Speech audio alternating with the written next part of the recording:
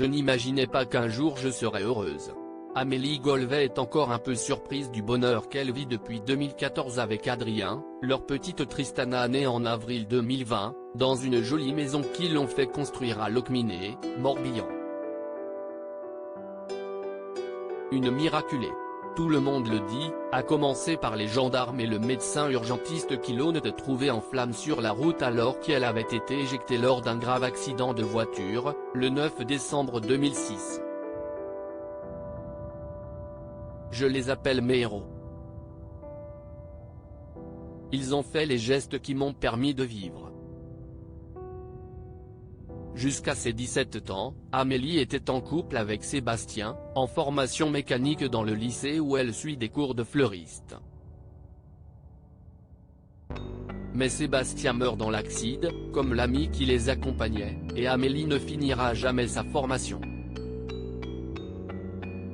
Après un mois de coma et un sévère traumatisme crânien, j'ai fait 3 ans de rééducation, le corps en miettes.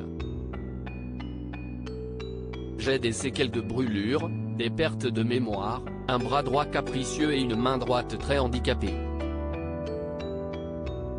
Je me disais, personne ne voudra de moi. Il ne posait aucune question sur mon handicap, mes séquelles visibles, rien heureusement, la petite dernière d'une fratrie de 4 enfants est fusionnelle avec sa maman, qui lui insuffle toutes ses forces pour lui redonner confiance. J'avais perdu mes amis, j'étais devenue une adulte, avec des douleurs et un deuil impossible. Je n'ai pas vu le corps de Sébastien, je n'ai pas assisté à son enterrement. À la date anniversaire, je mettais une bougie sur la fenêtre.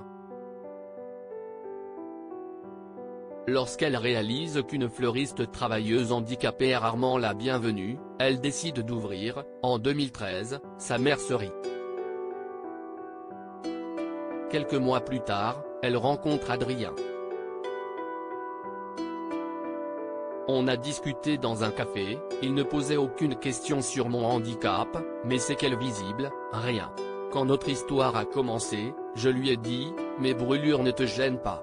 Il m'a répondu, on dirait juste que tu te réveilles et que tu as gardé la marque des draps.